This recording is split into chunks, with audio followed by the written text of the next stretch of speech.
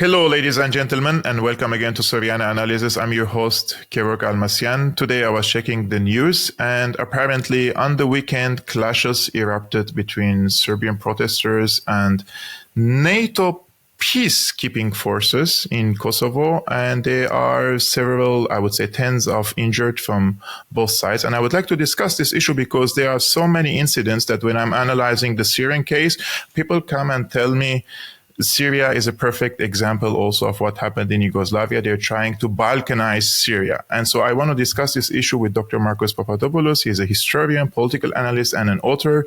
Thank you very much, Dr. Marcos, for being my guest. It's a pleasure to have you. You have a great knowledge on the international scene, especially in the Balkan region. So let's discuss together this issue today. Certainly. And thank you, as always, Kavok, for giving me the opportunity. Amazing. Actually, for starters, there are lots of people, they may not know or have a big historical context or historical knowledge on this conflict. What's the legal status of Kosovo? First things first, and why and since when NATO peacekeeping forces, quote unquote, are stationed in Kosovo, and why? Allow me, first of all, Kavok, to set the scene, because the politics and history of the former Yugoslavia is extraordinarily complicated. So, in short, ever since the 5th of October of 2000, Serbia has been a colony of the West, because on that day, a nefarious and infamous organization by the name of Otpor, which was conceived, created, financed, led, and instructed by Western intelligence services, overthrew the Yugoslav president Slobodan Milosevic and handed Serbia to the West on a golden platter. What ensued after the 5th of October of 2000 was the destruction of the Yugoslav economy, by which I mean Yugoslav national industries. For example, heavy industries were privatized and then sold to foreigners, who then subsequently closed down these industries so that they could flood the Yugoslav market with their own foreign products. And then the natural resources of Serbia were pillaged by the Western ruling elites. Once again, these were privatized and then sold to foreigners. Then the Serbian culture was penetrated, whereby Serbia was flooded with Western cultural values, for example, Hollywood and things such as sexual depravity. So that is why Serbia is today a colony of the West. On top of that, the name Yugoslavia, or as it was at the time, Federal Republic of Yugoslavia, was dropped in the year 2003 by the Western ruling elites, because whilst they had already killed the country Yugoslavia, they wanted to kill the concept of Yugoslavia. Hence, they renamed the Federal Republic of Yugoslavia to Serbia and Montenegro. And then in 2006, the Western ruling elites held a sham referendum in Montenegro, where it is said by the Western ruling elites that the majority of Montenegrins voted to separate from Serbia, which, of course, to anyone with even an ounce of knowledge about Serbia and Montenegro knows that to be absolutely absurd, because whilst not all Serbs are Montenegrins, all Montenegrins are Serbs. So in effect, in reality, Montenegro was torn away from Serbia. And then whoever was prime minister and president was instructed by the Western ruling elites to degrade the armed forces of Serbia. So under Slobodan Milosevic, the Yugoslav army, which was known as the VJ, was comprised of 120,000 soldiers. Today, the Serbian army stands at no more than 5,000 soldiers, possibly as low as 3,000 to 3,500 soldiers. Wow. All of the prime ministers and presidents and other members of the government, and indeed the members of the so-called opposition, are chosen by the Western ruling elites. So if we take the current Serbian president, who is only president on paper, he is merely a puppet of the Western ruling elites, one Alexander Vučić, he was chosen by Tony Blair to be president. Indeed, Vučić is a disciple of Tony Blair. After Vučić assumed power, he flew Tony Blair twice into Belgrade. Now, that is quite remarkable, given that Tony Blair is one of the worst enemies of the Serbian people in their history, because he was one of the main NATO leaders which took part in the criminal and murderous bombing of the Federal Republic of Yugoslavia by NATO in 1999. And if we take Ana Brnabić, the current Serbian Prime Minister, who again is only Prime Minister in paper, she is also a disciple of Tony Blair, and he selected Ana Brnabić to be Prime Minister. Both Vučić and Brnabić are completely and utterly intellectually devoid. In short, they are nothing but dullards. However, from the perspective of the Western ruling elites, it makes absolute sense to put into power as your puppets two idiots, because idiots are easily manipulated, easily exploited. They care nothing for the country, they care nothing for the people, they are guided only by money, materialism, and status. It would not make sense for the Western ruling elites to make someone as president in Serbia someone who is intelligent and strong-willed and patriotic. So if we turn to Kosovo today, I should start first of all by saying its proper and historical name is Kosovo and Metohija. The so-called Republic of Kosovo, which unilaterally declared independence in February of 2008, is an illegal entity, because according to international law and the United Nations resolution covering it, Kosovo and Metohija is an integral part of Serbia. It's no one else outside of Serbia has jurisdiction over this ancient Serbian province. But alas, international law, the United Nations Charter, means nothing to the Western ruling elites, by whom I mean, of course, the Americans, the British, and the European Union. Kosovo, the so-called Republic of Kosovo, is in effect a NATO colony. And as a result of the Americans and the British and the European Union elite controlling the so-called Republic of Kosovo, they have cemented Western dominance of the former Yugoslavia of the Western Balkans.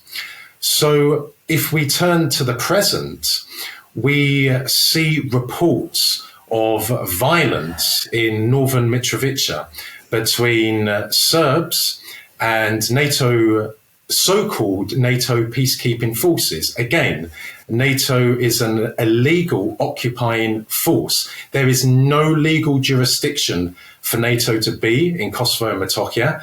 And I must also say, Kevork, that the largest overseas American base in the world is in Kosovo and Metohija. It is called Camp Bondsteel. At a minimum, there are 6 5,000 American soldiers there. The figure could be as high as 8,000 or 9,000 US service personnel stationed there.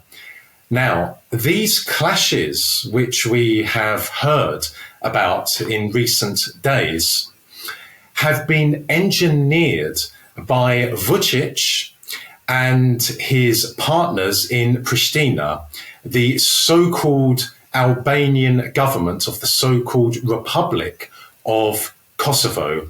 Why has he engineered these? Because the West's grip on Serbia remains quite weak, because the vast majority of Serbs are opposed to Western liberal cultural values being in Serbia. They are also opposed to how Kosovo and Metohija has been torn away from Serbia and made independent by the Western ruling elites. And then also the vast majority of Serbs loathe with a passion NATO because of the criminal and savage war from the air which NATO waged against Serbia in 1999, which I must say not only contravened international law and the United Nations Charter, it also violated NATO's own founding treaty, specifically Article 2, which stipulates that the Western military bloc will never use force to resolve a dispute. So, because the West's grip on Serbia is weak, and because this is being aggravated more and more because of the war in Ukraine, and because most Serbs are supporting the Russian military campaign in Ukraine, the Western ruling elites have instructed Vučić to engineer clashes between Serbs and NATO forces and Albanian forces in northern Mitrovica, for Vučić to say to the Serbian people, I am a strong and patriotic leader who loves Kosovo and Metohija and who will never stop fighting for Kosovo and Metohija. And therefore, I have deployed parts of the Serbian army to the border with Kosovo. He has done this on numerous occasions, but nothing ever comes of it. The Serbian army never crosses into Kosovo and Metohija because Vučić is a puppet of the West, because Serbia and the so-called Republic of Kosovo are allies, because they are both Western colonies. So Vučić attempts to depict himself as a strong patriotic leader by sending elements of the Serbian army to the border with Kosovo and Metohija. But then, what does he do? He goes on television to say that he is speaking with Serbia's partners in the European Union and in NATO as to how to resolve the crisis.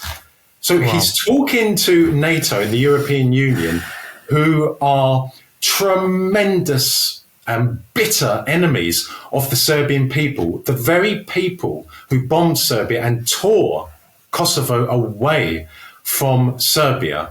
So it is just an act. It is a smokescreen that Vučić has engineered.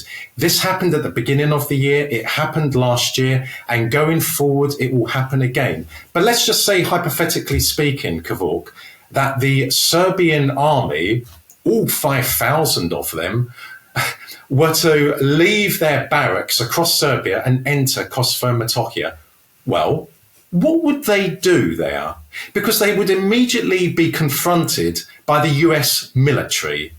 It is preposterous nonsense to sincerely believe that the Serbian army, which stands at 5,000, which doesn't provide enough boots to its own soldiers, so that Serbian soldiers have to leave their barracks and go to local markets to buy boots for themselves, are going to enter Kosovo and Metohija and confront the US military.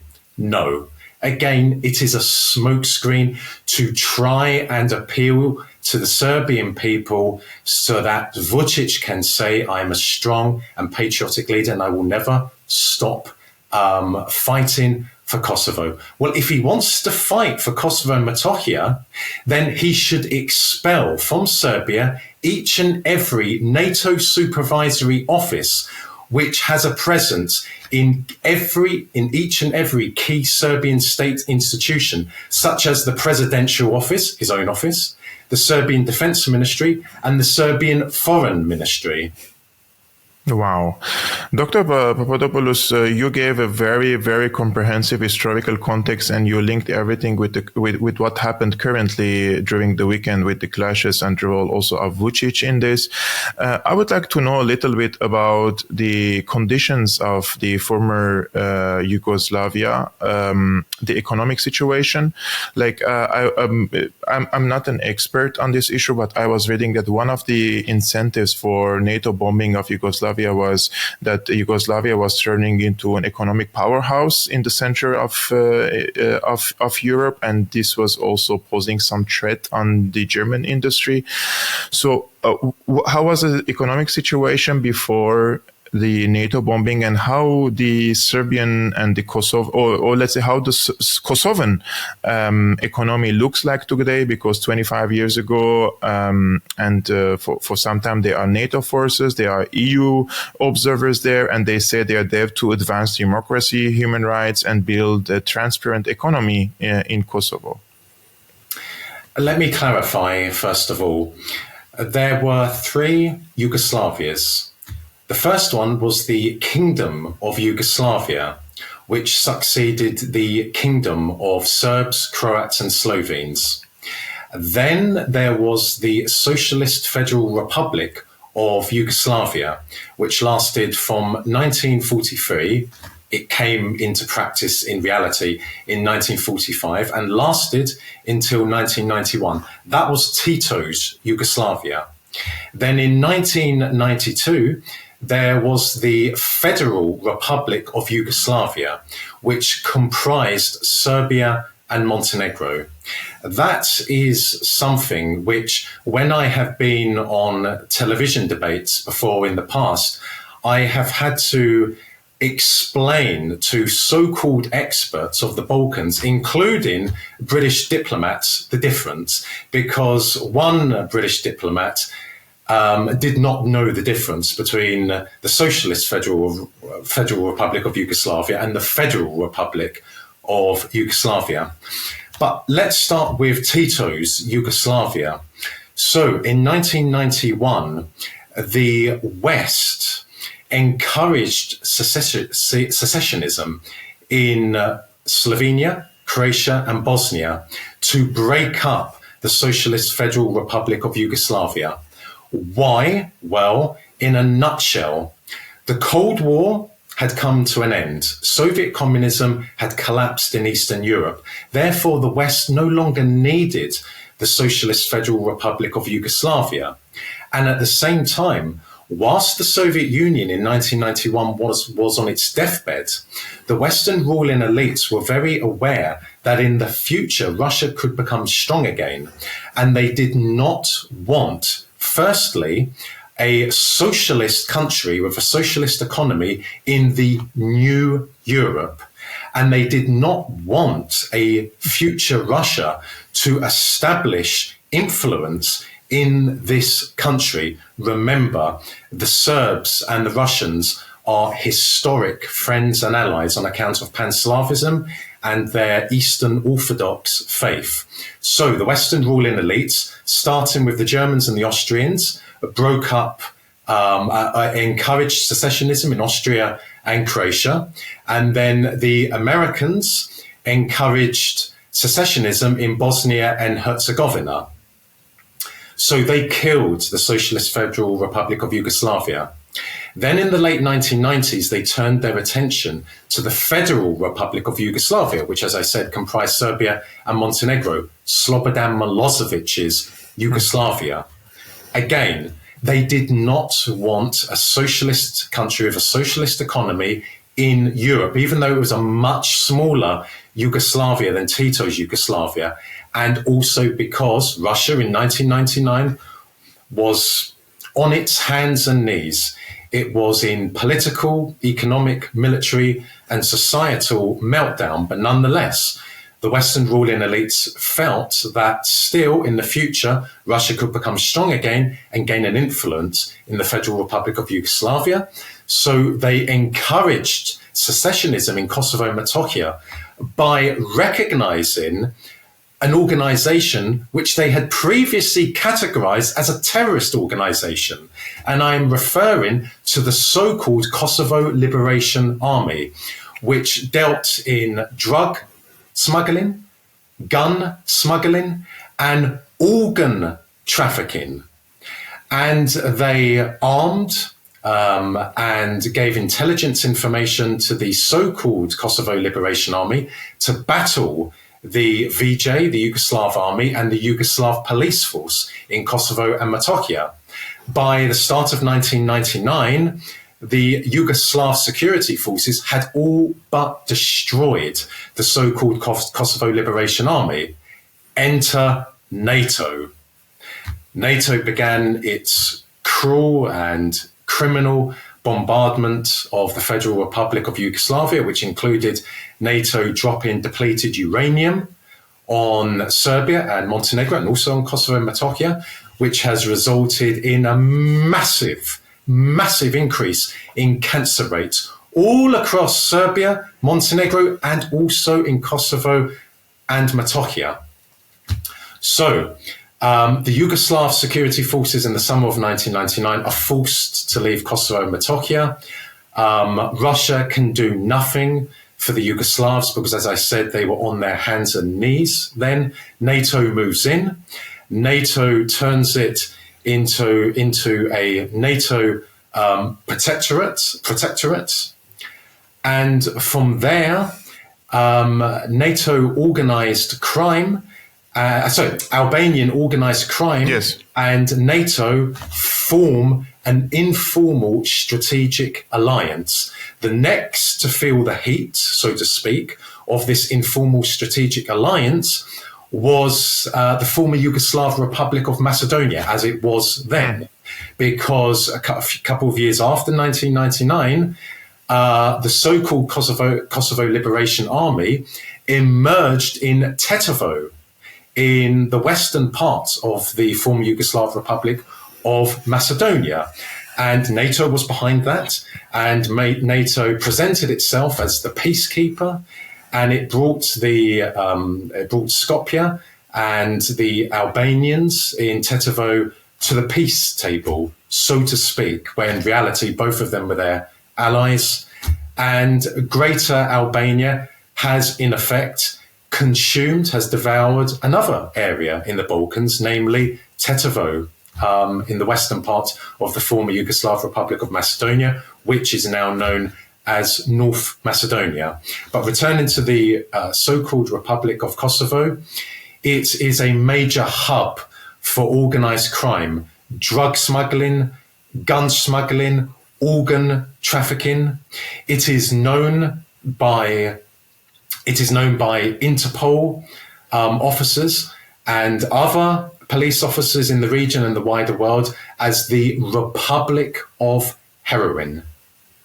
Which is, up until this moment, it's still active in the Kosovan economy. All these gangs are still harvesting organs. They're selling it around the world. Last week, there was a speech by a German politician under the German federal parliament, the Bundestag, and he was mentioning after he is talking about the German taxpayer money, that they spend billions of dollars, also other allies in Kosovo, and the promises were that they're going to push forward the democracy, rule of law, and the flourishing economy, but the reality on the ground seems otherwise.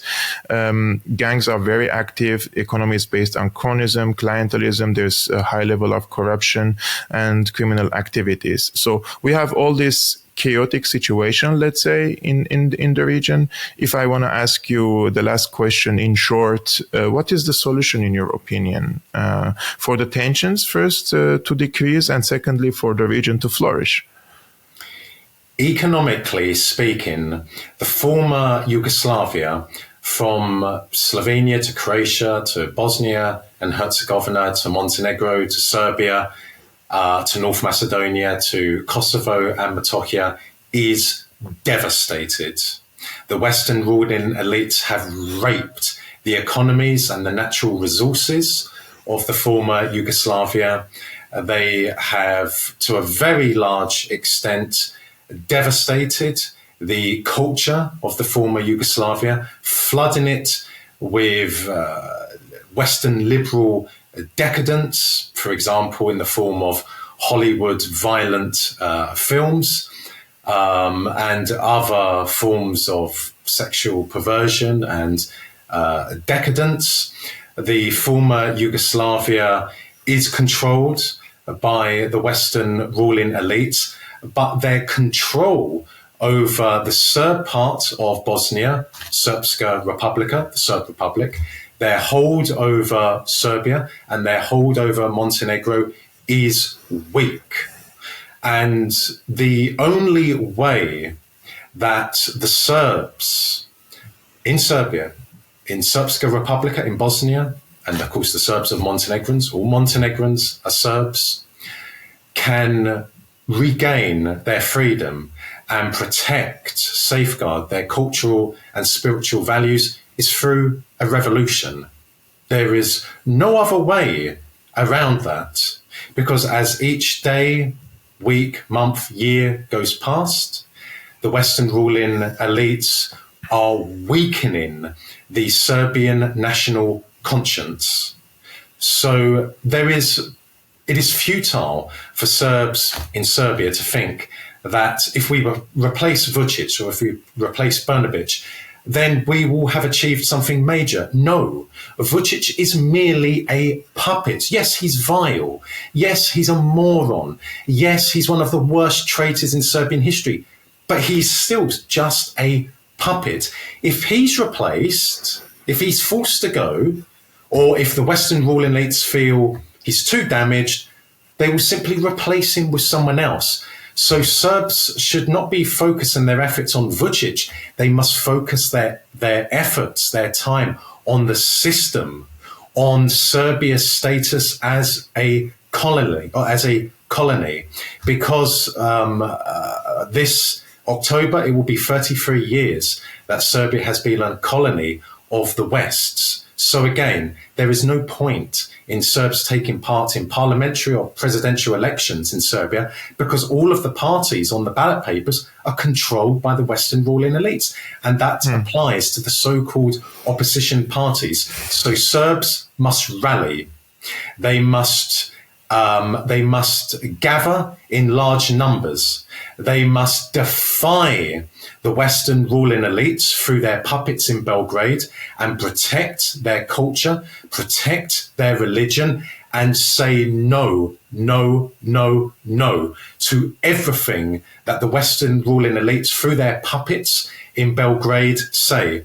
The Serbs must know, and they must come out and oppose how Serbia has been supplying military equipment to the Ukrainian government, like how, Kavuk, the Serbian government, via Saudi Arabia, supplied weapons to Al-Qaeda and ISIS in Syria when both of those vile, putrid organizations were fighting against the Syrian army. Well, again, Serbs need to know that Serbia, let's be more precise, the Republic of Serbia, which is a political, economic, military and cultural entity created by the West, is again supplying weapons to an ally of the Western ruling elites to fight against the Russians. The Serbs and the Russians are a fraternal people. They are historic friends and allies. And yet, Kavuk, not a lot of Serbs are aware that Vučić is supplying arms to the Ukrainian army. Dr. Papadopoulos, I will also mention last information just before we end up this conversation. I didn't know about Vucic supplying weapons through Saudi Arabia to Al-Qaeda in Syria during the war, but also I want to mention this information.